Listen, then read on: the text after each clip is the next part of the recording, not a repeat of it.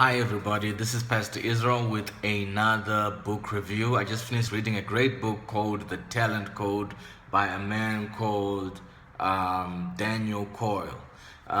He's a very good writer. I enjoyed this book. It's very fast paced. It's not a difficult read, and it's a great book to read, and I would highly recommend it to you. Right.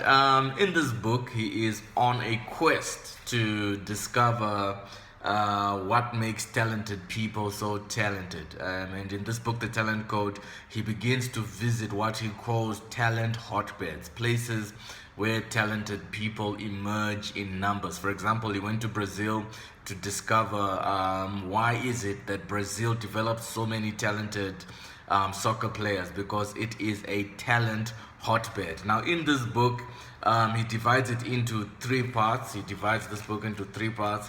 Part one of the book is actually called, just hold on a second while I show you that. It's actually called Deep Practice. Part two of this book is called Ignition, and part three is called Master Coaching. And in this structure, he begins to deliver concepts which make talented people. Now, the dominant idea which he runs through this book is based on a revolutionary scientific discovery called myelin. And myelin is basically an insulator within our minds, which helps us, which helps the flow of neural electro signals in our minds. So what myelin does now, it comes in as an insulator. As the neural pathways in our mind are sending signals, it comes as an insulator around the nerve fibers, so that the electrical impulses in our minds keep flowing without being affected or without reducing in terms of their intensity. So throughout this book, he talks about this theory and he goes on about it. So these are the top 5 things which I learned from this book. Number 1, I learned that you cannot escape practice. If you want to be talented, if you want to perform on an elite level, you've got to be someone who is given to much practice. You've got to be someone who is given to developing your craft. Because if you want to go to another level, you've got to be given to a lot of practice. And the key to practice is developing states of deep concentration and deep focus in order for you to go higher. Number 2, mistakes are an asset.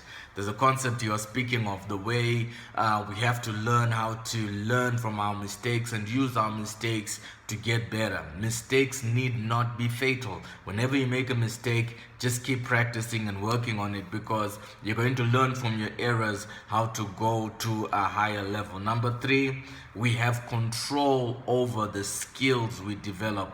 And one of the issues I like, which he raises up, is he's out to also demystify what we call genius, and he's out to make us understand that it's not, genius is not for a special few.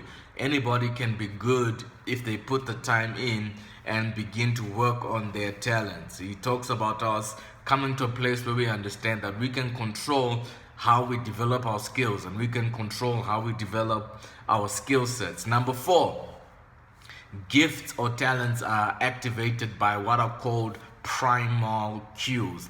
He speaks about the way when we see someone talented for the first time, when someone is expressing their talent on a high level, it's such an amazing experience. You can literally feel like this is not a person.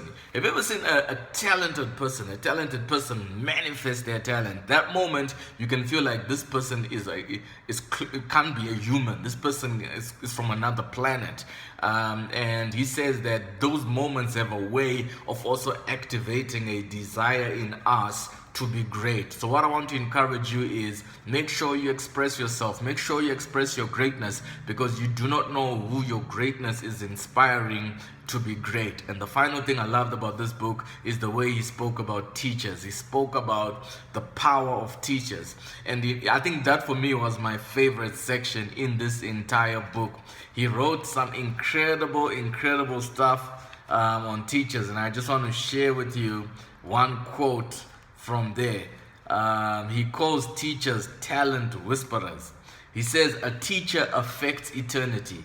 he can never tell where his influence stops. So I want to encourage you that in your space, you need to make sure you find someone who can coach you, someone who can take you to another level. There was something I liked which he said again about teachers. He said that most teachers, or most of the coaches he studied a vocal coach and a basketball coach, and he said they were not really high on praising their students, and neither were they really high on criticizing their students. Majority of the time they spent time just giving them quick direction and quick information. They were high on information and high on guidance of how to get better. They weren't high on praise or high on criticism. They were high on information to get better. And then in closing, there was a program he spoke about, the KIPP program, which is a program which helps young people get into college. And one of the things the teachers keep emphasizing in that program is in the first lesson that they meet their students, they tell them